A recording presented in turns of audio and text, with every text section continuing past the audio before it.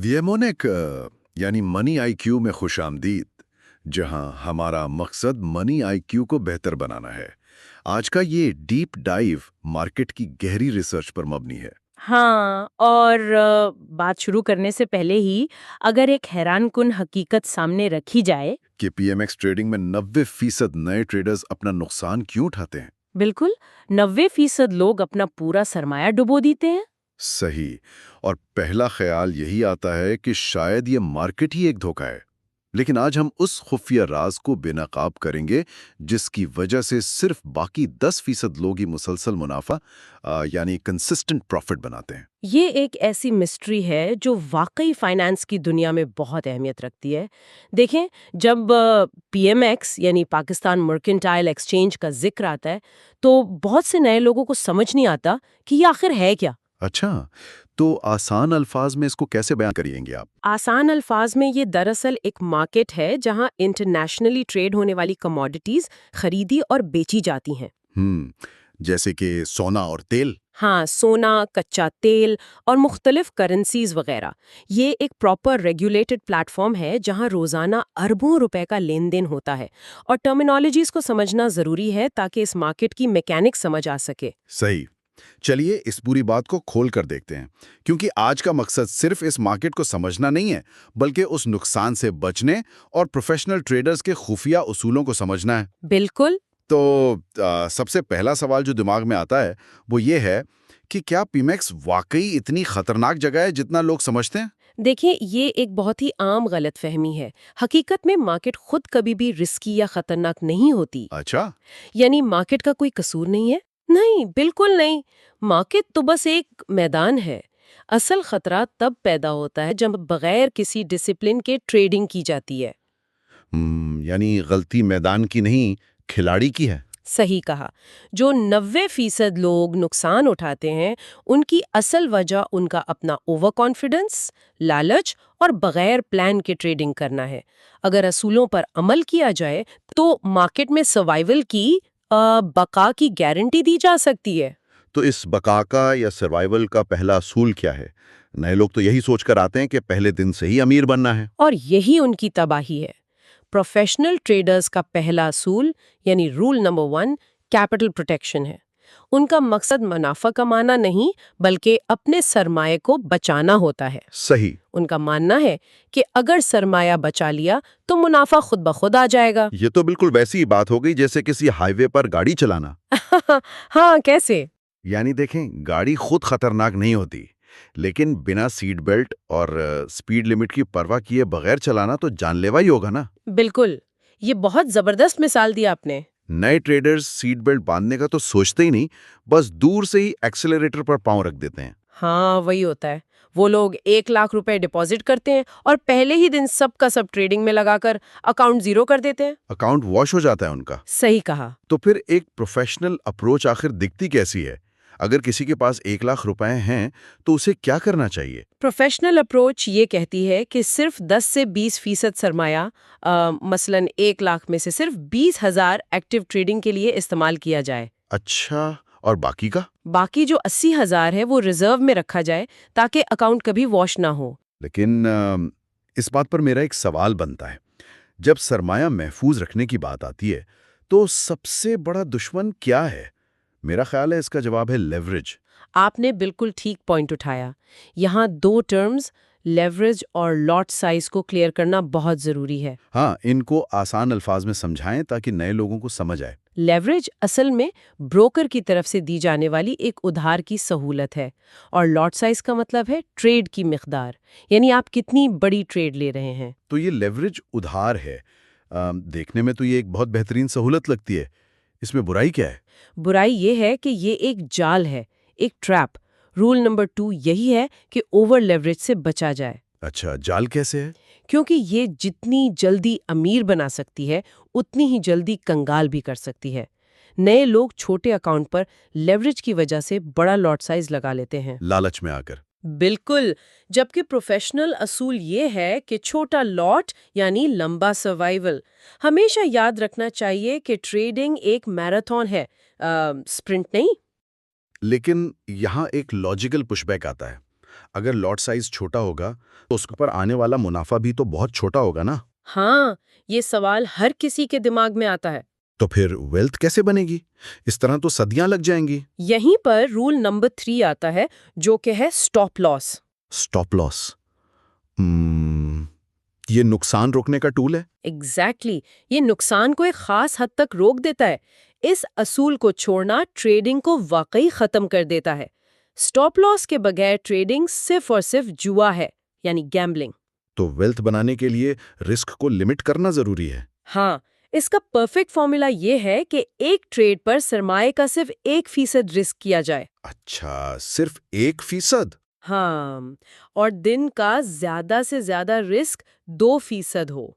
यानी अगर दिन में 2 ट्रेड्स नुकसान में गईं तो बस। तो उस दिन के लिए ट्रेडिंग बंद कर दी जाए। बिल्कुल, स्क्रीन बंद कर दी जाए। यहाँ से बात वाकई बहुत दिलचस्प हो जाती है, क्योंकि जब वो 2% लिमिट हिट हो जाए और दिन का नुकसान हो जाए, तो वहाँ से जज्बात का यानी इमोशंस का सबसे खतरनाक खेल शुरू होता है। सही बात है। इंसान होने के नाते नुकसान बर्दाश्त करना आसान नहीं है। आम ट्रेडर्स की जहनियत तो ऐसी होती है ना कि नुकसान के बाद उन्हें फ्रस्ट्रेशन होती है। बिल्कुल होती है। फिर बदला लेने के लिए, जैसे हम रिवेंज ट्रेडिंग कहते हैं, एक बड़ी ट्रेड लगाई जाती है और नतीजा क्या निकलता है? Account zero. एग्जैक्टली वही होता है। और यही हमारा रूल नंबर 4 है, इमोशनल ट्रेडिंग कंट्रोल। तो प्रोफेशनल्स कैसे बचते हैं इस बदले की आग से? उन्हें भी तो नुकसान बुरा लगता होगा। उनका माइंडसेट अलग होता है। प्रोफेशनल्स नुकसान को एक नॉर्मल बिजनेस एक्सपेंस समझते हैं। यानी कारोबारी खर्चा। हाँ बिल्कुल, ऐसे जैसे दुकानदार अपनी दुकान का किराया देता है। उनके यहाँ रिवेंज ट्रेड्स की कोई जगह नहीं होती। ये एक बहुत अच्छा नजरिया है। दुकानदार किराया देने पर रोता तो नहीं है। सही कहा। ट्रेडिंग में एक आम कहावत है कि ठंडा दिमाग ही गरम मुनाफा देता है। ठंडा दिमाग, गरम मुनाफा, वाह क्या बात है। हाँ, और इस ठंडे दिमाग का सबसे बड़ा फायदा रूल नंबर 5 में मिलता है, जो है ओवर ट्रेडिंग से बचना। ओवर ट्रेडिंग, इसकी मिसाल तो वही हुई ना कि भूख लगने पर खाना खाया जाता है। अच्छा, हाँ, सिर्फ इसलिए तो खाना नहीं खाते कि रेस्टोरेंट दिन भर खुला है। बहुत खूब। ये बेहतरीन मिसाल है। लेकिन नए लोग ये नहीं समझते। वो पूरा दिन मार्केट के सामने बैठकर ट्रेड्स करते रहते हैं। तो प्रोफेशनल्स कितनी ट्रेड्स करते हैं? दिन में सिर्फ 1 या 2 ट्रेड्स, क्योंकि ज्यादा ट्रेड्स का मतलब है ज्यादा गलतियां। दिमाग थक जाता है। सही। मार्केट हर मिनट अपॉर्चुनिटी यानी मौका फराहम नहीं करती। सब्र ही मुनाफा है। अच्छा, इस सब्र पर तभी काबू आता होगा जब तवक्कात यानी एक्सपेक्टेशंस रियलिटी के करीब हों। बिल्कुल, और यही रूल नंबर 6 है, रियलिस्टिक प्रॉफिट एक्सपेक्टेशन। आजकल तो सोशल मीडिया पर हर कोई यही बात कर रहा होता है कि 1 महीने में पैसे डबल कैसे करें। ये सबसे खतरनाक जहनियत है। 1 महीने में पैसे डबल करने की ख्वाहिश लोगों को लालच में डुबो देती है। तो हकीकत में एक प्रोफेशनल रिटर्न होता कितना है? हकीकत में एक प्रोफेशनल रिटर्न महाना 5% से 10% तक होता है। 5 से 10%? नई लोगों को तो ये बहुत छोटा लगता होगा। न लेवल है। अच्छा। अगर कोई 10% पर मुसलसल कायम रहे तो सालाना कंपाउंडिंग एक मौजज़े की तरह काम करती है। यानी आहिस्ता आहिस्ता वेल्थ बनती है। हाँ, लालच से बेहतर मुसलसल मिजाजी यानी कंसिस्टेंसी है। तो इस कंसिस्टेंसी को मेंटेन करने का कोई टूल भी तो होगा ना? इंसान का दिमाग तो ऐसे ही नहीं बदल जाता। टूल है ना, उसे हम ट्रेडिंग जर्नल कहते हैं। ये हमारा रूल नंबर 7 है। ट्रेडिंग जर्नल, इसमें क्या होता है? हर ट्रेड के बाद एंट्री की वजह, एग्जिट की वजह, मुनाफा या नुकसान और होने वाली गलती को लिखना जरूरी है। तो इससे दिमाग को समझने में मदद मिलती है। बिल्कुल। 1 महीने बाद जब ट्रेडर वो जर्नल पढ़ता है तो उसकी असल गलतियां सामने आ जाती हैं। यहाँ पर बात वाकई बहुत दिलचस्प हो जाती है। कैसे? मैंने सुना है कि प्रोफेशनल्स हर मार्केट मूव को कैच करने के पीछे नहीं भागते। एग्जैक्टली वो सिर्फ और सिर्फ हाई प्रोबेबिलिटी ट्रेड्स लेते हैं। ये रूल नंबर 8 है, trade only the best setup. यानी जब उनके उसूलों पर पूरी तरह फिट आए तभी ट्रेड करनी है। हाँ, इसका एक गोल्डन रूल है, नो सेटअप नो ट्रेड। अगर कोई बेहतरीन मौका नहीं बन रहा तो ट्रेड मत करें। अच्छा, तो अगर सारा दिन कोई ट्रेड नहीं मिली तो वो उदास नहीं होते? उदास क्यों होंगे? अगर आज ट्रेड नहीं मिली तो ये एक परफेक्ट दिन है, क्योंकि उनका सरमाया महफूज रहा। नुकसान तो नहीं हुआ ना। ये एक बहुत बड़ा माइंडसेट शिफ्ट है। तो अगर हम इस डीप डाइव को जमा करें, तो एक आम ट्रेडर के लिए वो मुकम्मल फॉर्मूला क्या बनता है जिससे वो उन कामयाब 10% में शामिल हो सके? आसान अल्फाज में पीएमएक्स सक्सेस फॉर्मूला ये है कि सबसे पहले कैपिटल प्रोटेक्शन करें, फिर छोटा लॉट साइज रखें और हमेशा स्टॉप लॉस का इस्तेमाल करें। सही। दिन की सिर्फ 1 या 2 ट्रेड्स लें, जज्बात पर काबू रखें, तवक्कुआत हकीकत पसंदाना होनी चाहिए, यानी 5 से 10%। और वो ट्रेडिंग जर्नल? हाँ, ट्रेडिंग जर्नल को हमेशा मेंटेन करें और सब्र रखें। अगर इन तमाम बातों को स्ट्रिक्टली फॉलो किया जाए तो नुकसान कम होगा और मुनाफा मुसलसल बढ़ेगा। ये वाकई एक ज़बरदस्त डीप डाइव था। अब इस डीप डाइव को ख़त्म करने से पहले एक गहरा सवाल ज़रूर छोड़ना चाहूँगा मैं। जी जरूर।